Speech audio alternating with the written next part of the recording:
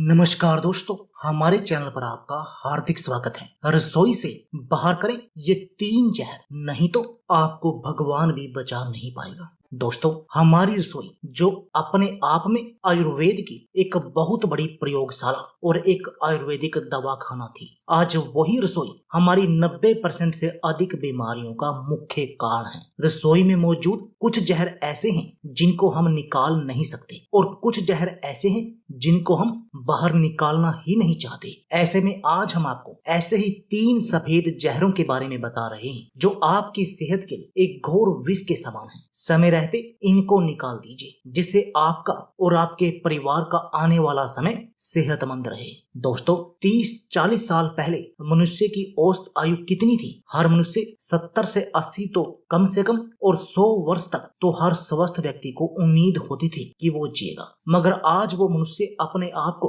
खुशकिस्मत समझते हैं जो 70 से 80 साल तक जी जाएं। आज मनुष्य की औसत आयु 50 से 60 साल ही रह गई है। हमारी औसत आयु से 20 साल कम कर दिए। अब ये किसने कम किए? इस भ्रष्ट व्यवस्था ने और हम जैसे आलसी जीवों ने। तो आइए दोस्तों जानते हैं कि वो कैसे और वो कौन सी 3 चीजें हैं जिनको हमें आज ही बाहर निकालना चाहिए। पहले, दानेदार चीनी, एक सफेद जहर। अगर आप किसी 50 साल 60 साल के व्यक्ति को पूछेंगे कि भाई साहब आपने सफेद चीनी कब खानी शुरू की, तो वो यही कहेंगे कि 30 से 40 सालों से ये जीवन का हिस्सा बन गई है। इससे पहले क्या खाते थे यदि आप पूछेंगे तो इससे पहले या तो मिश्री होती थी या गुड़ होता था। मगर एक साजिश के तहत गांव में गुड़ निकालना अंग्रेजी सरकार ने बंद करवा दिया और सब पर थोपनी शुरू कर दी ये सफेद दानेदार चीनी, जो शरीर के लिए बिल्कुल जहर है। पहले के लोग मिश्री को पीसकर या गुड़ से काम चला लिया करते थे, मगर आजकल मेहनत का समय किसके पास है? कौन तो मिश्री को कूटेगा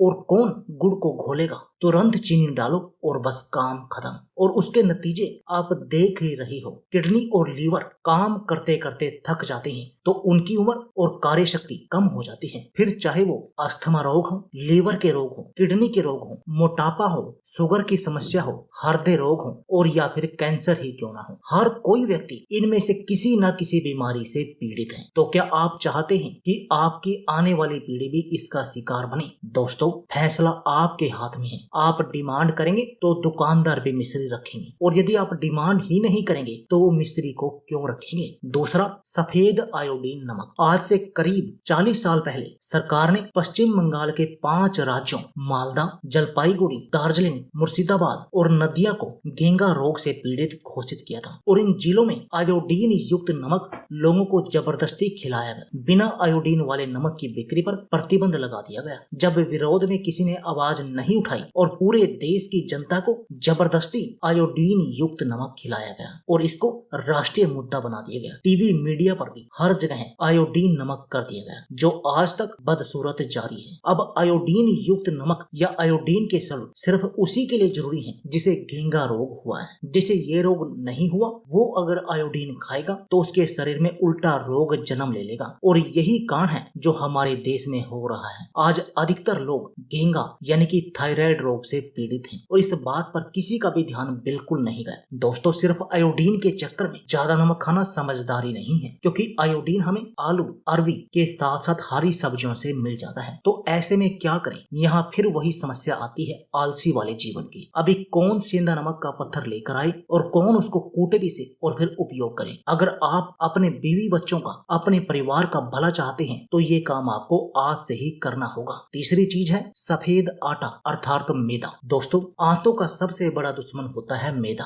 आज हर कोई व्यक्ति कब्ज, आंव, बवासीर से परेशान है। आयुर्वेद में कहा गया है कि पेट से ही सभी बीमारियां जन्म लेती हैं, तो मैदा पेट का सबसे बड़ा दुश्मन है। आजकल बाजार में मिलने वाला भोजन 90% से ऊपर मैदे से बना हुआ होता है। चाहे आप छोले भटूरे खा रहे हो, चाहे पूरी सब्जी, चाहे आप किसी कंपनी के बिस्किट, या चाहे आप फास्ट फूड के सैंडविच, बर्गर, या फिर आप ब्रेड खा रहे हैं। मेरे भाई, मैदे से स्वास्थ्य के नाम पर 1% भी गुण नहीं है मैदे के ये अंदर, इसलिए इसके अंधाधुंध प्रयोग से खुद भी बचें और अपने बच्चों को भी बचाएं। ये कवच गैस, मोटापे से लेकर अल्सर और फिर कहीं कैंसर तक का कारण बनता है। और आप आटा भी थोड़ा मोटा पिसवाएं और घर में आटा छानने की छन्नी भी थोड़े मोटे छिद्र वाली रखें ताकि अनाज का फाइबर आपको मिल सके। यहाँ फिर वही आलस आ जाता है कि कौन तो चक्की वाले को जाकर कहे। और आजकल तो और ही चीज चल रही है, लोग आटा भी पैक लेकर आते हैं और पिसवाना तो दूर की बात। अभी किसको कहेंगे कि मोटा पीसो, इसका भी कारण हमारा आलस ही है। कौन तो गेहूं लाए और कौन उसको साफ करे और कौन उसको पिसवाने के लिए देकर आए और कौन लेकर आए। तो भाई अगर लंबे स्वस्थ जीवन की आप कामना करते हो तो ये सब तो आपको करना ही पड़ेगा। अगर हम अपनी इन गलतियों को समय पर सुधार नहीं पाएंगे